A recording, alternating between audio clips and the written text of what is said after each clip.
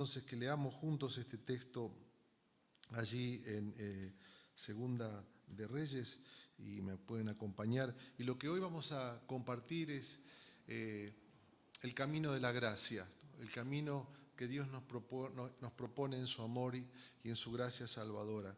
Y vamos para eso a estudiar un texto que es conocido, que seguramente alguna vez lo has leído, pero siempre nos hace bien volver a ella y visitarlo otra vez, una historia maravillosa.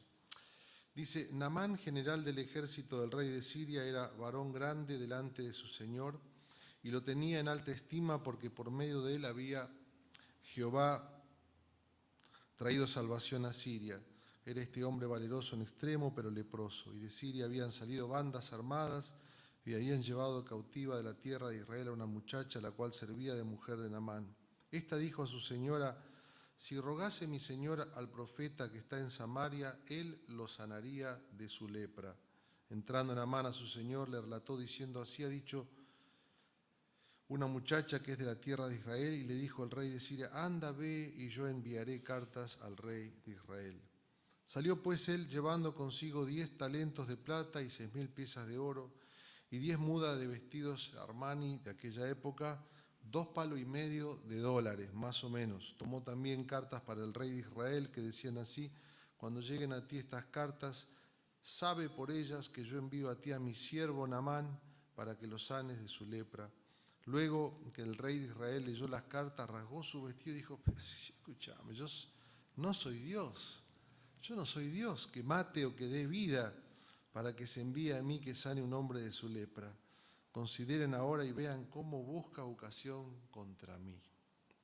Cuando Eliseo, y aquí es que se menciona por primera vez, Eliseo era el discípulo de Elías. Elías es probablemente el profeta más importante que existió en el Antiguo Testamento. De él surge todo el movimiento profético, y los profetas eran hombres que se levantaban en nombre de Dios para recordarle a su nación la importancia y la centralidad de caminar bajo la voluntad de Dios, la importancia de la justicia.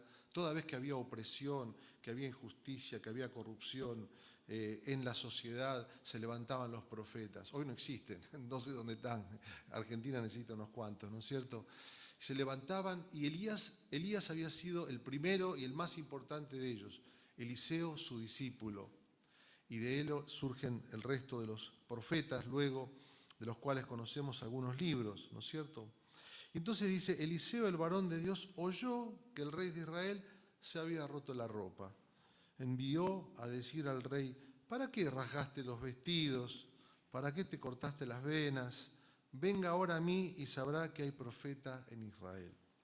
Y vino Naamán con sus caballos y su carro, como diciendo, vino con todo el despliegue de su gloria, de su fortaleza, ¿no? Trajo el Hamas blindado con todos los que venían detrás, Hamas, ¿no? Y se paró a las puertas de la casa de Eliseo. Entonces Eliseo le envió un mensajero diciendo, ve y lavate 7 veces en el Jordán. Jordán era el río que atraviesa allí Israel.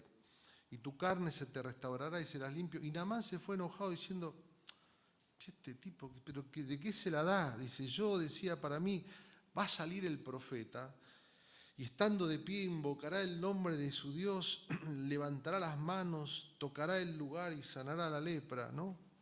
Habana y Farfar, ríos de Damasco, Damasco era la ciudad donde él venía, ¿no son mejores que todas las aguas de Israel?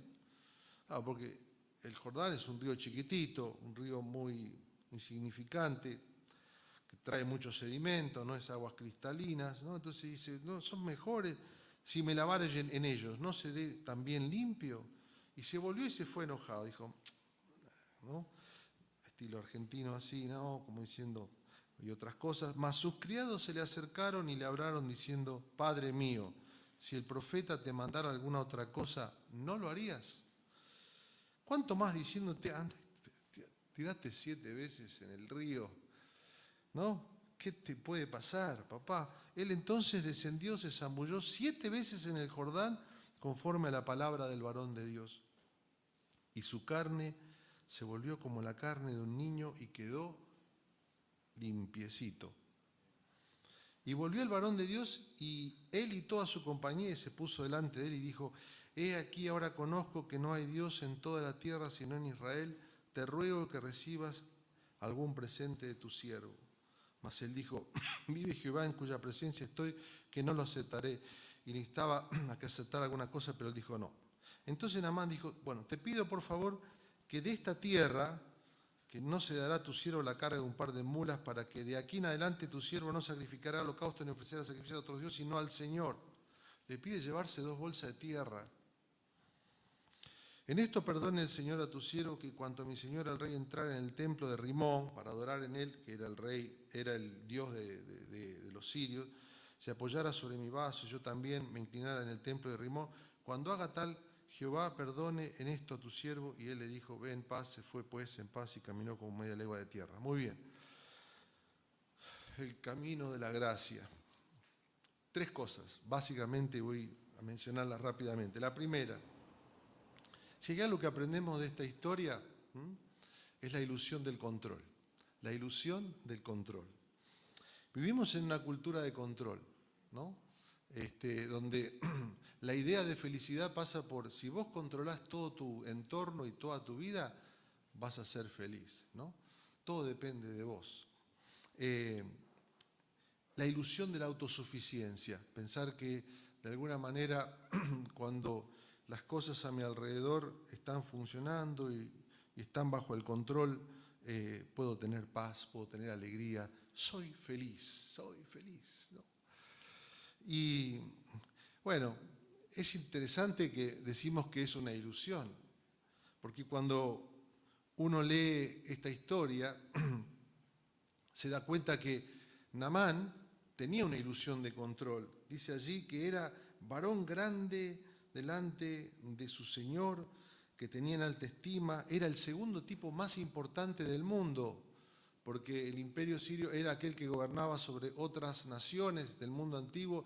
Era el imperio dominante, el más importante era el rey, el segundo era Naamán. El tipo más importante, tenía poder, dinero, fama, control, todo el mundo hacía lo que él quería, incluso dice que Dios lo había usado, valeroso en extremo, un carácter espectacular, pero era leproso, Es decir, no tenía el control. Se dio cuenta en un momento de su vida que nada podía ayudarlo ni nadie podía ayudarlo. Tarde o temprano en nuestras vidas la ilusión del control se cae. Nos damos cuenta que no estamos en control de todas las cosas. Que la vida deviene en situaciones donde no importa cuán poderoso, cuántos recursos, cuántos contactos, cuántos logros, cuánto dinero o lo que sea que tengas, es suficiente. Y esta es la invitación de esta historia y de toda la Biblia en realidad, de toda la Biblia, alentarnos a pensar de que no estamos en control y que estar en control es una ilusión. Naamán se dio cuenta que tenía todo y no tenía nada.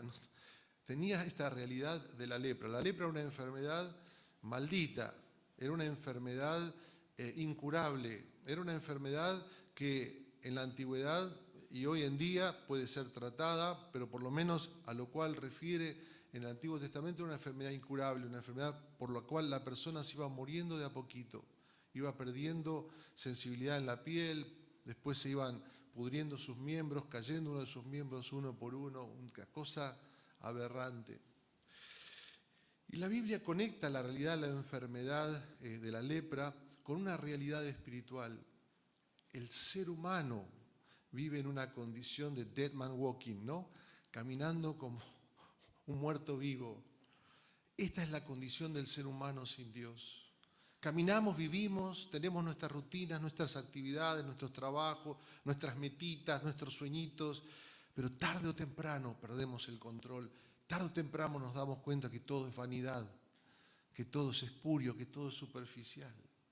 Porque fuimos diseñados para algo mucho más profundo, mucho más trascendente, que solamente encuentra su equilibrio, su orden y su conexión cuando estamos con Dios y en Dios. Claro, yo sé que esto molesta, genera incomodidad en tu vida. Lo hace en mí, porque yo quiero tener esa ilusión. Naamán era un dead man walking, era un leproso. Nadie lo podía ayudar. Y la invitación de la Escritura cuando llegan estas instancias y cuando tarde o temprano, Dios quiera que no sea a través de una dificultad, pero que en la vida podamos, y nos invita toda la Escritura a darnos cuenta de que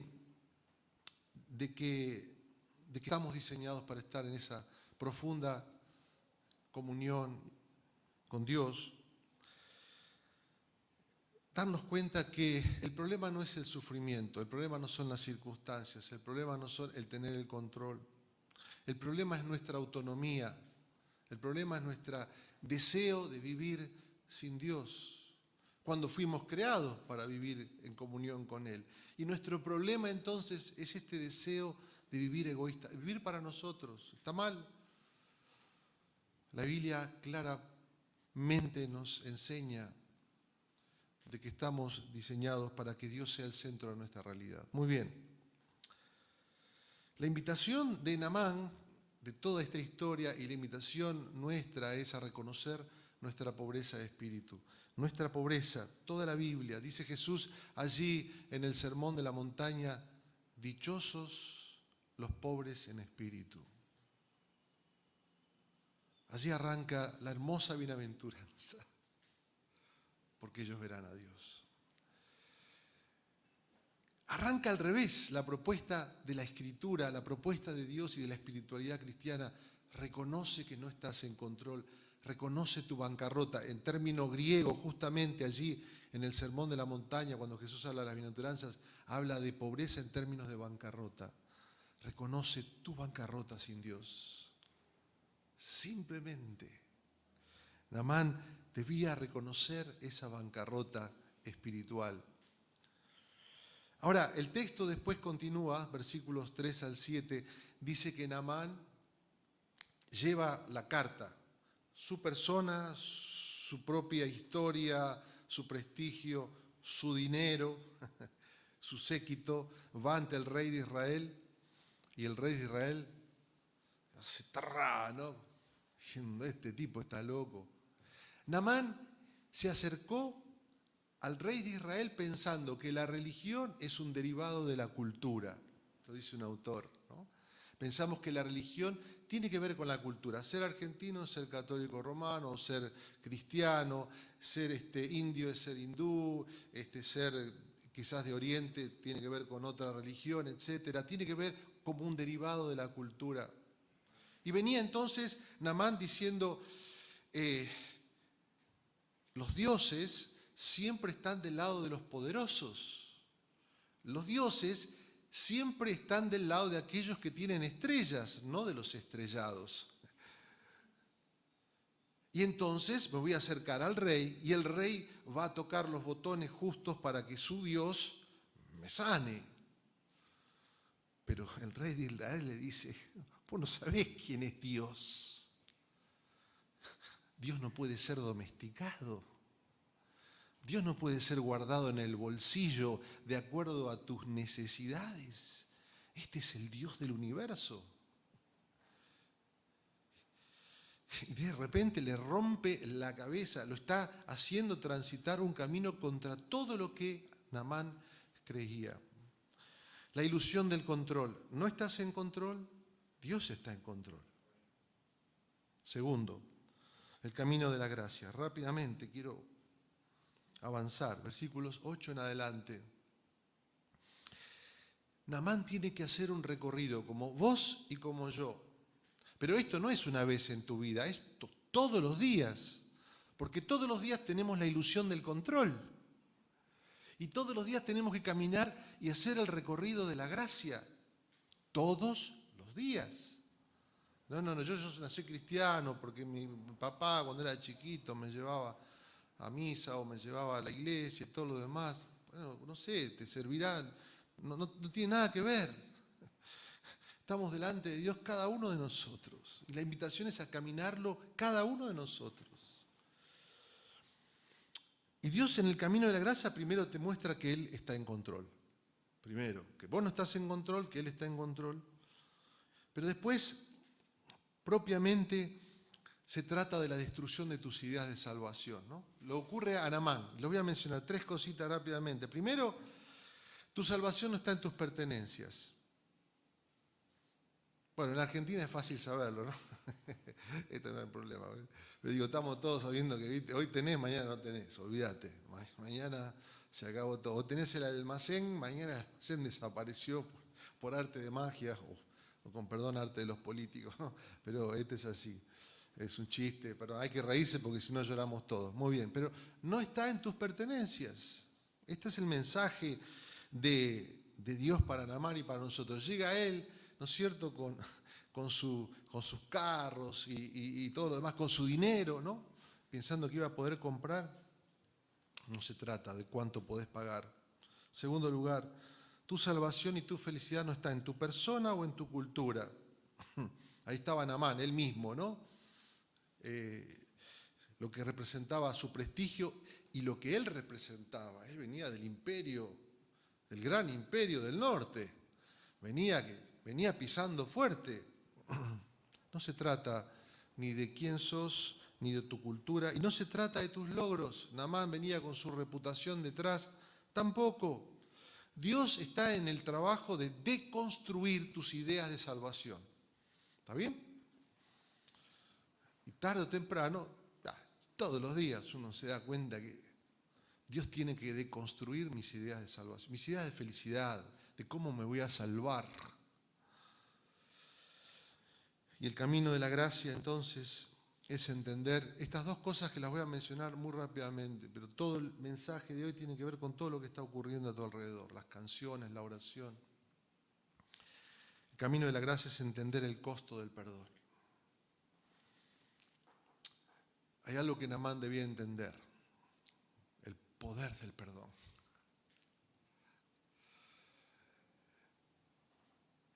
Necesitamos perdón. Vos y yo necesitamos perdón. Necesitamos recibir el perdón de Dios. No, pero yo no hice nada, soy un tipo bueno, me merezco el cielo. Bueno, Dios se encarga de construir tus ideas de salvación en función de tus sentidos de merecimientos, tu meritocracia. Se trata de nivelarnos a todos igual. Dice alguien por allí que la cruz nos nivela a todos. No hay ricos ni pobres, hombre o mujer, poderoso o no poderoso. Esto es maravilloso, esta es la mejor democracia de todas. La invitación de la fe cristiana es a que todos nos acerquemos. No hay nada que vos puedas traer delante de Dios. Esto es maravilloso, entre paréntesis. Por eso pega tanto el cristianismo entre los pobres, porque los primeros que entienden su dignidad y la dignidad que Dios les da. Y para nosotros debe ser un ejemplo absoluto. Necesitamos el perdón de Dios. Necesitas el perdón de Dios. Y para entender, para recibir el perdón, tienes que entender el costo de ese perdón. Le costó el todo. El perdón no es gratis. El perdón no es gratis. Alguien garpa por el perdón. Este es el mensaje de toda la Biblia. ¿Quién garpó por el perdón de Naamán? Porque la Biblia dice que la salvación es perdón, es reconciliación con este Dios que nos perdona. Cada uno se apartó a su camino, cada uno se desvió, todos estamos destituidos de la gloria de Dios, cada uno se apartó, cada uno vive su idea, pero Dios nos perdona, Dios nos reconcilia consigo mismo. ¿Quién pagó el costo del perdón de Naamán? ¿Sabe quién lo pagó? Esa esclava, la esclava de esa historia. Esa esclava venía de la nación de Israel. La habían llevado cautiva. Dice que Naamán con su grupo de guerreros hacían excursiones y traían esclavos. ¿Sabe lo que significaba eso en la antigüedad? Lo ha visto en alguna película tétrica. Seguramente venían con sus espadas, mataban a los hombres, violaban a sus mujeres y las mataban y se llevaban cautivos a los niños. Esta esclava habría seguramente presenciado la muerte de sus padres y llevado esclavo a la casa de Naamán. ¿Qué habrá pasado por la mente de ella al ver a su señor, al ver a ese tipo que había matado y masacrado a su familia y a su pueblo y los había esclavizado, al ver a su señor, a su amo, enfermo de lepra, muriéndose poco a poco. Placer. Venganza satisfecha. Cada día un dedo menos. ¡Qué placer!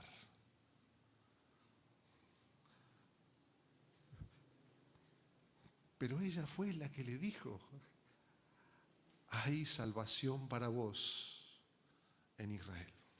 Hay un hombre allí. Entre paréntesis, le dijo que fuera el profeta y Naamán fue al rey. No entendía.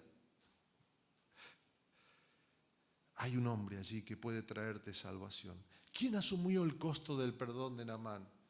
Esta esclava. Ella asumió el costo de su perdón. Así como aquel que nos ha dado perdón de Dios es Cristo Jesús.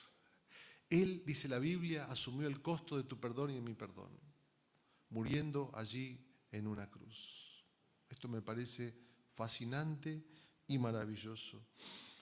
Tienes que entender el costo del perdón. Necesitas el perdón. Dios quiere darte ese perdón. Cada día recibimos ese perdón en Jesús, que asumió el costo de nuestro perdón allí en la cruz. Y recibir el poder desde la debilidad. Vos pensás que la salvación o la felicidad en tu vida está tocando ciertos botones, lograr ciertos contactos. Cuanto más poderosos, mejor. Che, ¿no tenés alguna cuñita? ¿No tenés algún toquecito, algún contacto por acá, por allá, no? Siempre la tenemos metida esa, ¿no? ¿Sí o no? Y Naamán aprende the hard way, como dicen en inglés, que la salvación está en los lugares menos esperados. Le dice: desciende allí al río Jordán, a ese lugar, a ese río, sumérgete allí. No, pero ¿qué tengo que hacer? Si no hubiera, dice que si te hubiera pedido una obra grande, ¿lo hubieras hecho? Claro que sí. Es más, esperaba que me dijera, no sé, que fuera a matar el dragón para ganarme la princesa, que fuera a hacer una obra grande, entonces me iba a ganar y a merecer ese perdón, esa salvación, esa sanidad. Cualquiera puede entrar en ese río, y menos en ese río, pero ese río, el Riachuelo de Buenos Aires, cualquiera puede entrar. Bueno, no cualquiera no, pero la idea era, ahí no voy a entrar, mostrame alguna playa exclusiva donde pueda entrar. No, pero la idea es clara y profunda, que es para todos, y la invitación es para todos, es por gracia, no es por lo que yo pueda hacer. Es cuando yo entrego el control y cuando me acerco a este Dios poderoso para recibir de su gracia, entregando nuestra vida y mi vida a Él. Muy bien, acá lo termino. Esto es todo lo que representa el mensaje del Evangelio. Y esta historia, que yo te animo para que la puedas repasar a lo largo de esta semana, me parece fascinante, para encontrar el camino que debemos recorrer cada día en cuanto a nuestro encuentro, comprensión de cómo la vida funciona bajo el sol. Muy bien, las 3 marcas de la gracia en tu vida. Y yo quiero alentarte para que cada uno de los que estamos aquí decir, bueno, ¿de qué manera afectaría en nosotros la gracia? Yo voy a decir 3 cosas que aparecen en esta historia. Hay muchas más que aparecen en la Biblia, pero 3 que aparecen en esta historia. Primero, una mente transformada. Una mente transformada. He aquí, ahora conozco que no hay Dios en toda la tierra, sino en Israel. De repente la mente de Naamán fue transformada. Todas las ideas que él tenía de cómo funcionaba la realidad fue transformada. Recibió un influjo de la teoría crítica de la historia. Fue desafiado en cuanto a su forma de entender la realidad. Quisiera abordar más este tema, porque de esto depende la construcción de una cosmovisión cristiana, una manera de entender toda la vida, no a partir de una religión, sino de que un Dios del universo, gobierna todas las cosas. Eso cambia toda la realidad y el sentido de ver las cosas. Tus problemas, tus decisiones, tu forma de entender tus relaciones. Hay una mente que es transformada. Hoy en día la espiritualidad está conectada con una cuestión de, ay, siento, ¿no? Bueno, me caigo, me levanto, pum, saltá, pa, el otro, ¿no? Todo eso maravilloso y tremendo, pero parece como que la cabeza la dejamos a un costado. Deja tu cerebro en la puerta, siempre decimos. La fe cristiana es nada más alejado que esto. Transforma tu mente y tu manera de entender la realidad. De tal forma que cuando ha impactado la fe cristiana en naciones enteras, surgen movimientos nuevos del conocimiento, de disciplinas científicas transformadoras, descubrimientos, la cultura progresa, la sociedad progresa. Nada más oscurantista que la religión que oprime, nada más liberador que la fe cristiana que transforma la mente. Lo digo esto porque estamos necesitando en Argentina gente que sepa, que pueda leer un poco más. Estamos con la cabeza atada. Y la fe cristiana es tremendo y poderoso. Dice, ahora conozco. Y ese conocimiento profundo. Mira, una vez escuché una disertación de uno de los filósofos más tremendos escocés, T.F. Torrance, hablando acerca del poder transformador de la fe cristiana en el ámbito de la mente y lo que ha generado en culturas enteras.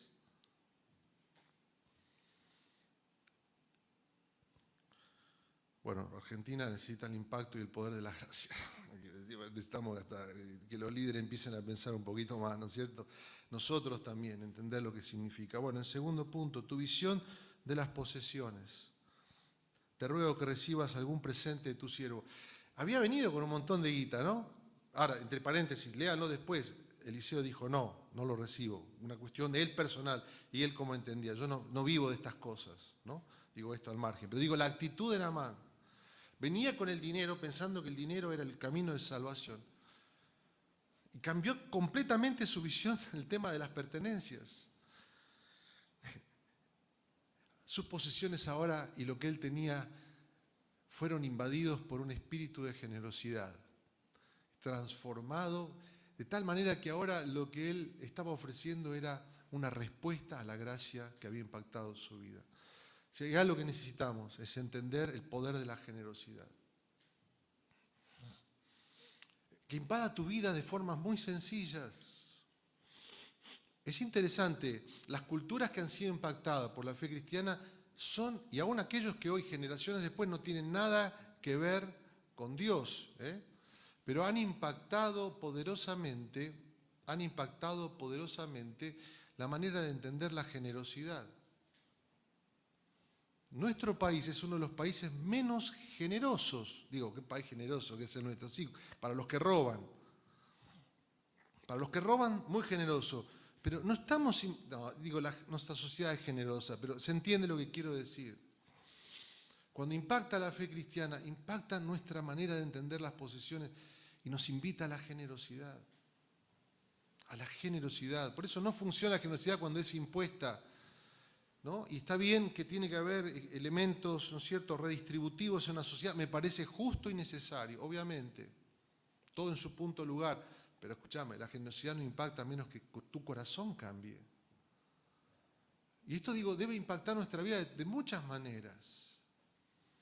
Alguna vez quisiera leerles alguna de las opiniones de algunos de los puritanos, que eran una sociedad tremenda, impactada con un espíritu de generosidad. Hablaba, decir, ojo, no juzgues al pobre. Dicen, bueno, por algo estará pobre. No te olvides de lo que Cristo ha hecho por vos. Que Él, siendo rico, se hizo pobre, de tal manera que vos puedas mirar al otro como un igual a vos.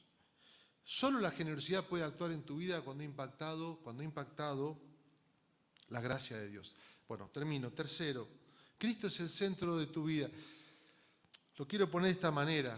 Mira la historia cómo termina. Dice, dame un poco de tierra y con la tierra que voy a llevar a mi nación, la voy a tirar y cuando tenga que adorar, cuando tenga que ponerme de rodillas, en realidad yo me pongo de rodillas delante del Dios de Israel. La tierra simbolizaba de una manera, mirá qué creativo el chabón, pero mirá qué creativo.